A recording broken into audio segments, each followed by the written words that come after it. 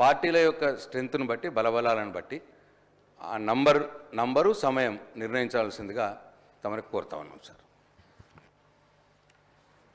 గౌరవ సభ్యులు తలసాని శ్రీనివాస్.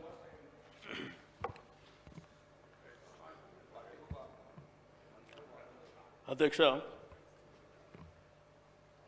అవకాశం ఇచ్చినందుకు మీకు ప్రత్యేక ధన్యవాదాలు తెలియజేస్తాను అధ్యక్ష. ఇప్పుడే గౌరవ ముఖ్యమంత్రి గారు బలహీన వర్గాల పట్ల ఒక ప్రకటన చేయడం జరిగింది అధ్యక్ష.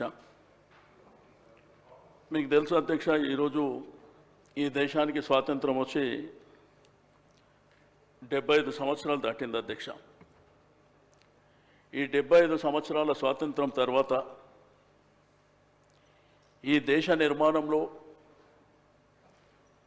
ఈ రాష్ట్ర నిర్మాణంలో ప్రధాన భూమిక పోషించింది బడుగు బలహీన వర్గాలు, వెనుకబడిన తరగతులు, అణగారినటువంటి ప్రజలే అధ్యక్ష. ఏ రంగంలో తీసుకున్నా కానీ ప్రధానమైనటువంటి భూమిక పోషించినటువంటి పరిస్థితి.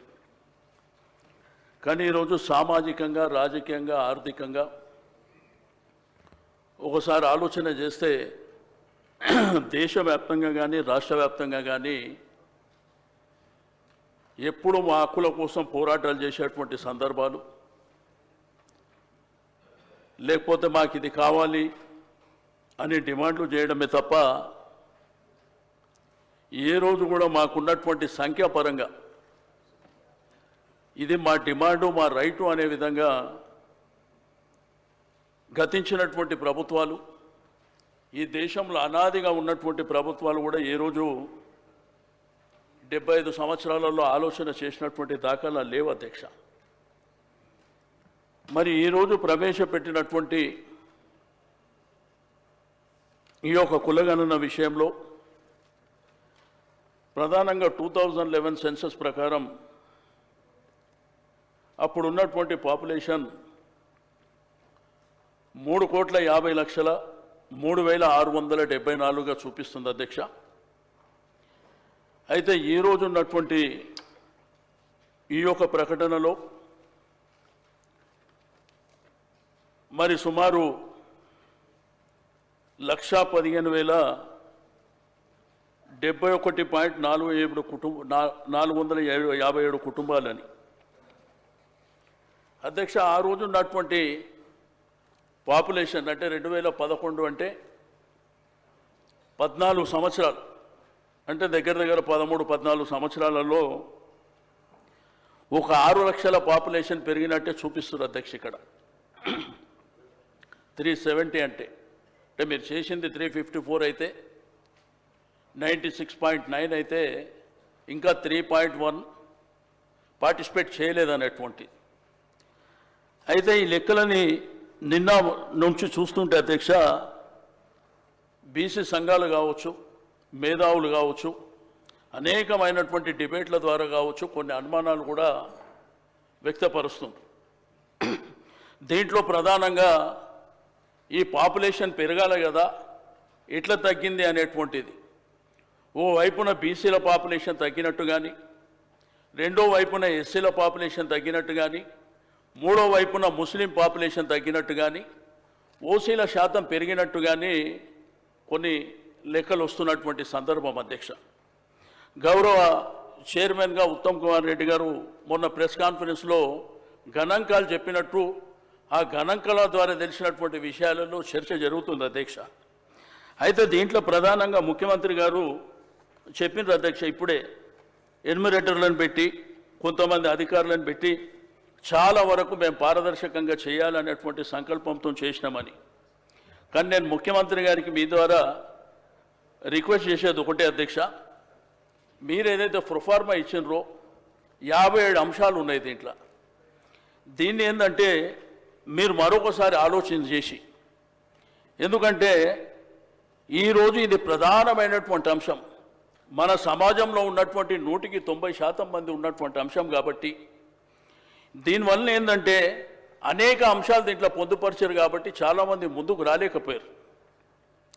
నాకు తెలిసి గ్రేటర్ హైదరాబాద్ పరిధిలో 30% కూడా పార్టిసిపేట్ చేసినటువంటి దాఖలాలు లేవు. మీరు మీ స్టేట్మెంట్లో కూడా కొంత జిహెచ్ఎంసీలో కూడా జరగలేదనేటువంటిది మీరు చెప్పారు అధ్యక్ష. అయితే ప్రధానంగా మాకున్నటువంటి ఇన్ఫర్మేషన్ ప్రకారం నీకు కాలనీస్ కానీ అపార్ట్మెంట్స్ కానీ బస్తీలలో కానీ ఇవన్నీ వివరాలు చదివిన తర్వాత మాకెందుకులే అని అవాయిడ్ చేసినటువంటి సందర్భం, మాకు అక్కర్లేదు అనేటువంటి సందర్భాలు కూడా చాలా జరిగినాయి. అయితే మీరు చేసినటువంటిది ఇంకా పకడ్బందీగా చేసి, ఇంకా దీంట్లో ఏంటంటే హరిబరి తొందరపాటు లేకుండా ఇప్పటికే మీరు ఒక 3-4 నెలల సమయం మీరు చేసిర్రు. సబ్ కమిటీ ద్వారా 12 సార్లు మీటింగ్ జరిగిందనేటువంటి అంశం మీరు చెప్పినరు. ఏది ఏమైనప్పటికీ అధ్యక్ష, మీకు అందరికీ తెలుసు ఈరోజు సమాజంలో ఉన్నటువంటి బడుగు బలహీన వర్గాలలో అవేర్నెస్ వచ్చింది అధ్యక్ష. ఈరోజు సమాజం పట్ల వారు మా యొక్క సంఖ్య పట్ల ఈరోజు ఆర్థికంగా సామాజికంగా మేము కూడా ఎదుగుదల కావాలి.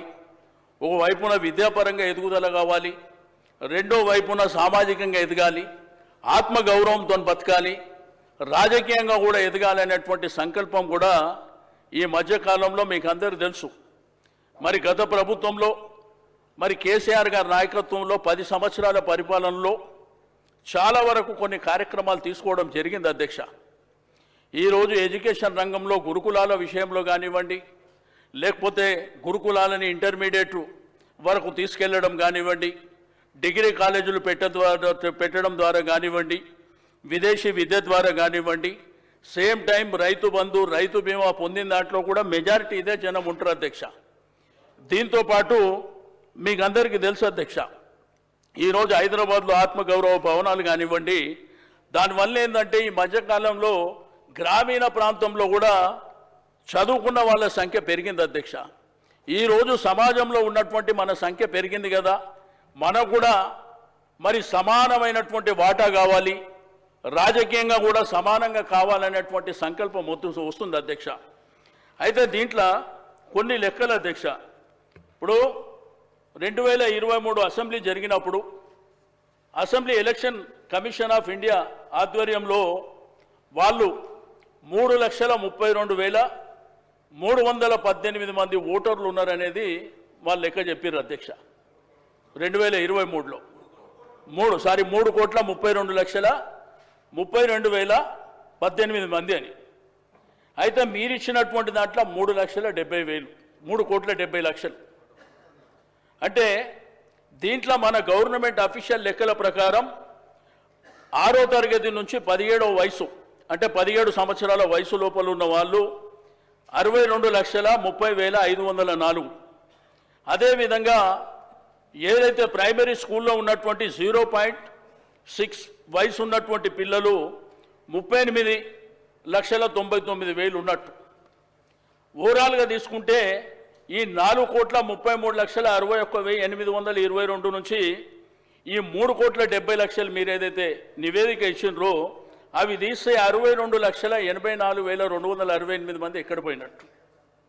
ఈ లెక్కలు గవర్నమెంట్ ఇచ్చిన లెక్కలే. ఈ స్కూల్ చదువుతున్నటువంటి కాలేజ్ చదువుతున్నటువంటి పిల్లల లెక్కలు అఫీషియల్గా గవర్నమెంట్ ఇచ్చినటువంటి. కాబట్టి నేను దయచేసి మీ ద్వారా గౌరవ ముఖ్యమంత్రి గారికి ప్రభుత్వానికి మీకేందంటే ఈరోజు మనము ఇది కేంద్ర ప్రభుత్వానికి ఇక్కడ తీర్మానం చేసి పంపించాలనేటువంటి ఆలోచన మీరు చేస్తుండొచ్చు. కానీ గతంలో కేసీఆర్ గారి ప్రభుత్వంలో 2014లోనే మనకు రిజర్వేషన్లు కావాలి, మన సామాజిక అంశాలు ఈరోజు వాళ్లకు ఎడ్యుకేషన్ రంగంలో కానివ్వండి, సేమ్ టైం ఉద్యోగ అవకాశాల విషయంలో తీర్మానం చేసి 10 సంవత్సరాల క్రితం పంపించారు. కాబట్టి తీర్మానం చేసి పంపేయడం మూలాన మనకు వచ్చేది ఏముండదు అధ్యక్ష.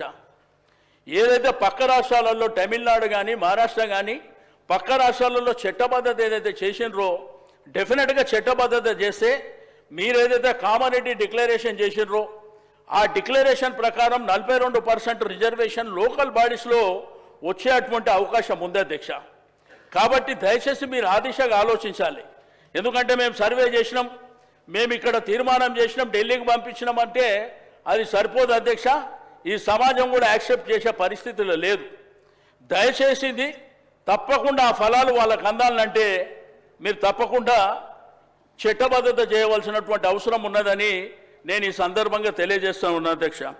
అదేవిధంగా సర్వే విషయంలో కులగణన అంటే సింపుల్గా మన కులానికి సంబంధించి మన రెసిడెన్షియల్ అడ్రస్ కానివ్వండి, సేమ్ టైం నేను ఉద్యోగం చేస్తున్నావా వ్యాపారం చేస్తున్నావా ఆ అంశాలు సరిపోతాయి. ఇందులో 56 అంశాలు పొందుపరచడం మూలాన కొంత ఇబ్బంది ఉంది. కావాలంటే మీరు పబ్లిక్ డొమైన్లో పెట్టండి, తప్పకుండా ఆ వివరాలు సేకరించవలసినటువంటి అవసరం ఉంది. రేపు భవిష్యత్తులో మీరు 9.69 వరకు చేసి 96.9 మీరు చేసిండ్రు అంటున్న అధ్యక్ష. రేపు ఈ 3.1% కూడా చేయలేదంటే ఇది మనకు రేపు కోర్టులో కానివ్వండి. రెండోది, భవిష్యత్తులో ఏదైతే పార్లమెంటు సీట్ల సంఖ్య పెరిగినప్పుడు, మరి అదేవిధంగా అసెంబ్లీ సీట్ల సంఖ్య పెరిగినప్పుడు కూడా చాలా తేడాలు వచ్చేటువంటి అవకాశం ఉన్నది. రెండోది ఏంటంటే ఇక్కడ 21 లక్షల మంది బీసీలు చనిపోయినారు అనేటువంటి లెక్క ఒకటి కనిపిస్తుంది. మరి అదేవిధంగా ఎస్సీలు 1,79,000 మంది చనిపోయినారని, మరి అదేవిధంగా ముస్లింలు 1,66,000 మంది చనిపోయినారు అనేటువంటి ఒక లెక్క కూడా మరి మీకు సోషల్ మీడియాలో కానీ పేపర్లలో నేను చదివినటువంటిది. దయచేసి అది క్రాస్ చెక్ చేసుకోవాల్సిందిగా నేను ఈ సందర్భంగా తెలియజేస్తా ఉన్నాను. కానీ 2000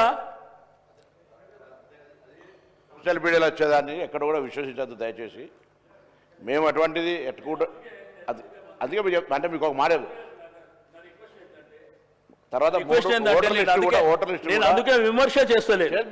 నేను విమర్శ చేయాలంటే లేదా పర్లేదు. నేను చెప్పేది ఏంటంటే నేను దయచేసి విమర్శ చేయదలుచుకోలేదు. నేను ఫ్యాక్ట్స్ ఏమైనా ఇప్పుడు ఏదో సోషల్ మీడియా పేపర్లో వచ్చినటువంటి అంశాలని వచ్చినాయని చెప్తున్నా. నేను చేయాలనుకుంటే వేరే రకంగా చేసేటువంటి అవకాశం ఉంటుంది. కాబట్టి దయచేసి దాన్ని పరిగణలోకి తీసుకోవాల్సినటువంటి అవసరం ఉన్నది.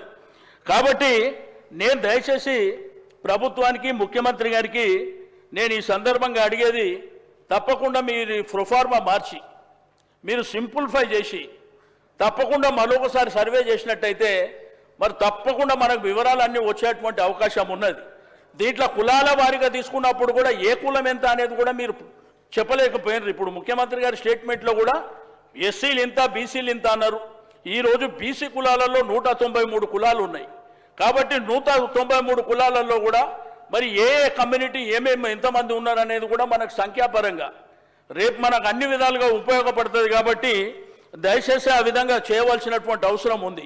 ఈరోజు గ్రేటర్ హైదరాబాద్ పరిధిలో తీసుకుంటే 30% కూడా జరగలేదు. నాకు పూర్తి ఇన్ఫర్మేషన్ ఉన్నది, మీరు కావాలంటే తెప్పించుకోండి. ఎందుకంటే చాలా ప్రాంతాలకు వెళ్ళలేదు. వెళ్ళిన ప్రాంతాల్లో కూడా ఈ ప్రొఫార్మా చూసిన తర్వాత మాకు అక్కర్లేదు, మేము ఈ వివరాలు ఇవ్వలేము అని చెప్పేసి మరి వెళ్ళిపోయినటువంటి సందర్భం. కాబట్టి ఈరోజు సరే స్వాతంత్రం వచ్చి 75 ఏళ్ళు అయిపోయింది. ఇప్పటికైనా కానీ 100% ఉన్నటువంటి సమాజాన్ని ఈరోజు పరిపాలించినటువంటి పాలకులు ఆ రోజుల్లో నుంచి ఈ రోజుల వరకు ఏమి జరిగిందో సమాజం అంతా చూస్తున్నటువంటిది. కాబట్టి దయచేసి నాకు ఈ సందర్భంగా మీకు రిక్వెస్ట్ చేసేది ఒకటే, తప్పకుండా మీరు రీసర్వే చేయవలసినటువంటి అవసరం ఉంది. రెండోది, ఇది తీర్మానం చేసి ఢిల్లీకి పంపించకుండా ఇక్కడ చట్టబద్ధత చేసి ఎలక్షన్ ఏవైతే లోకల్ బాడీ ఎలక్షన్ జరగబోతున్నాయని అనుకుంటున్నారో తప్పకుండా 42% రిజర్వేషన్ అయిన తర్వాతనే ఎన్నికలు జరపవలసిందిగా ఇచ్చినది కామారెడ్డి డిక్లరేషన్లో మీరు వచ్చినటువంటి హామీ. కాబట్టి మీరు 42%, అంతేగాని మేము కేంద్ర ప్రభుత్వానికి పంపిస్తాం, రాజకీయ పార్టీల పరంగా 42% మేము ఇస్తాము అంటే అది కుదరదు. చట్టబద్ధత ఉంటేనే డెఫినెట్గా మా హక్కులు మాకు వచ్చేటువంటి అవకాశం ఉన్నది. కాబట్టి తప్పకుండా ఇది చేస్తారని చెప్పి నేను ఈ సందర్భంగా కోరుతూ నాకు ఇచ్చినటువంటి అవకాశానికి ధన్యవాదాలు తెలియజేస్తున్నా అధ్యక్ష.